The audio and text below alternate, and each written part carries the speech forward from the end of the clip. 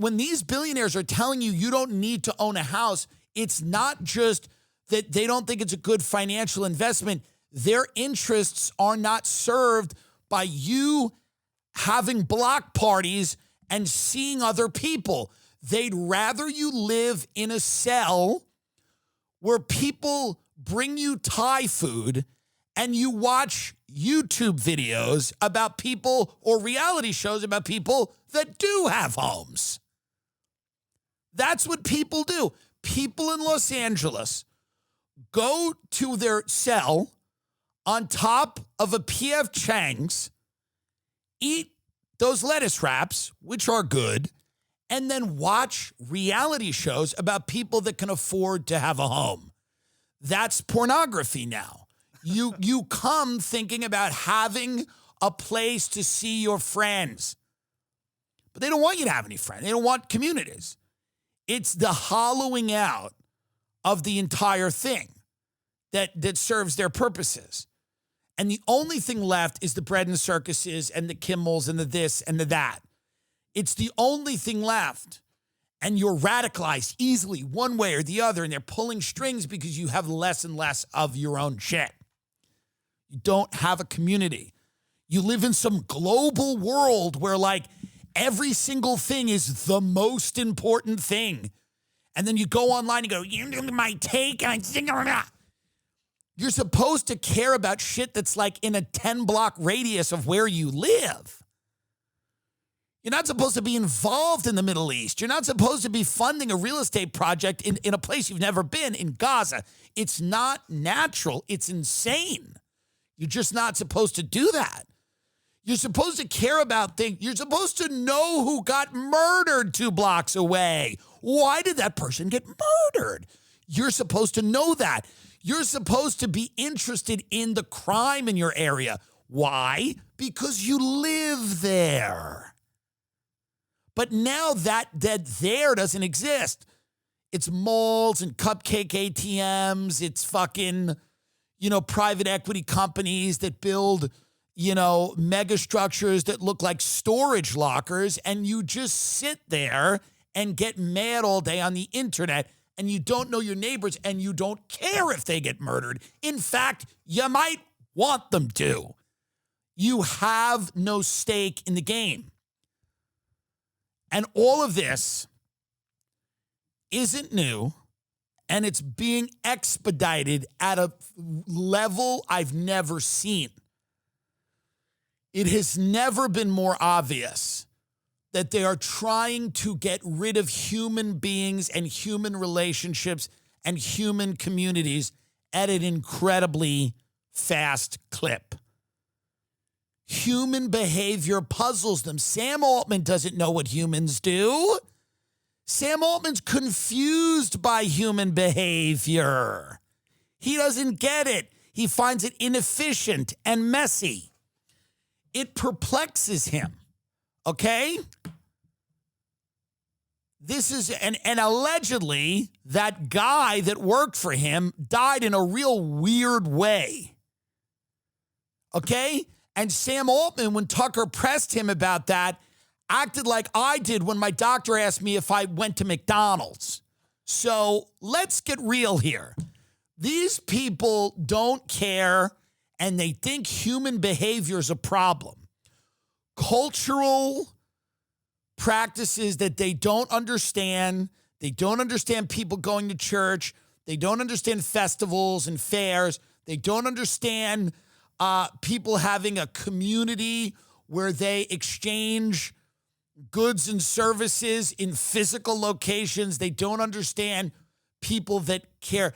Their job is to make you terrified and broke. They want you on the Citizen app. They don't want another person telling you, hear what happened to Bob? They don't want that interaction happening. They want you on the Citizen app all day, hearing about crime that you don't care about because your communities aren't tight-knit communities where people know and care about each other. They're strange corporate hellscapes filled with like part-time residents, and they've turned every city in this country into a foreign Dubai-like Disney Wonderland where people can launder money and then take a bunch of laundered drug money and go buy Labubu smoothies at Erewhon. They don't want anything resembling life. It's obvious they don't want anything resembling human life. You're supposed to just walk around and participate in some viral scam.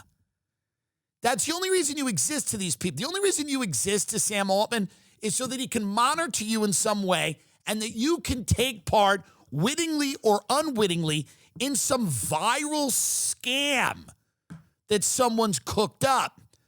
That you can buy some food item or little critter or cryptocurrency that someone is hawking. That is the sum total of your humanity to these people. Why buy a house? You don't need a house. What a bad investment. What does that word even mean? Investment? What are you talking about? You know what's a really good investment? Sitting there with 7 people in your backyard having dinner and talking about life. They don't want it. It's a threat to them. It's actually a big problem. So I mean, it's at a tremendous clip.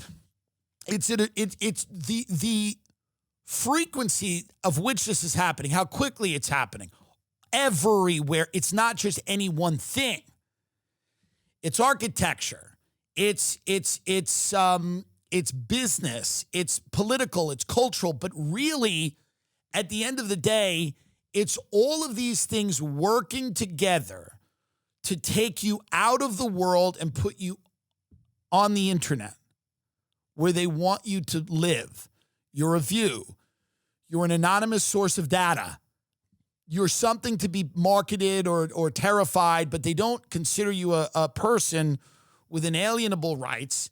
They don't consider you in any form or reflection of God or a greater intelligence outside of the thing that they're going to create. They consider you an obstacle, and that the way you live is an obstacle to their ultimate goals.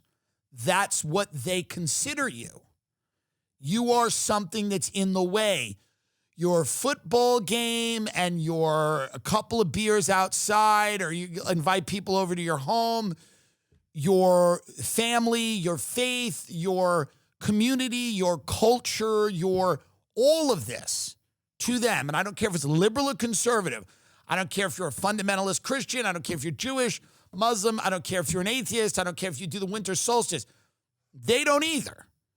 Their entire thing is to get rid of physical communities that are based around these things and usher people into a digital landscape by telling them not to own houses, not to drive cars, not to own things, to use ride shares, to be on the internet, to live in a cell, and to be happy. It is what it is. You'll own nothing and be happy. It's a famous article. We all bring it up. But it's true. And what Jimmy Kimmel says at the end of the day doesn't really affect your life in the way that you think it does. He should have a right to say it.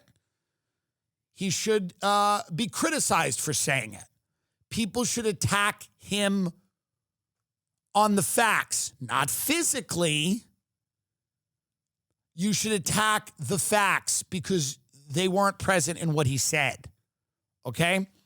But there's something bigger going on, and everyone feels it, and it worries me that other people don't. There's something bigger going on all over the country, and it's not about Jimmy Kimmel, and it's not really about left versus right. It's about this inertia that's moving humanity into a perpetual state of constant war, depression, anxiety, anger. I'm not proselytizing. I'm not telling you to do this or do that. I'm not saying to you that you can only find meaning in life one way. I believe there's many ways to find meaning in life. However, it's clearly obvious that the algorithms are manipulating us to hate each other and kill each other while everyone else is building resorts in other places of the world, in Gaza, in Qatar. They'll be building them in the Ukraine soon. Watch. And all the while, your life gets worse. You become angry. You lack the ability to live the life your parents did or their parents did. And all they have to say to you is how lucky you are. How lucky you are that you don't live in a place like China. Wow, how lucky you are that you don't live in a place like China, as they make America more like China every hour.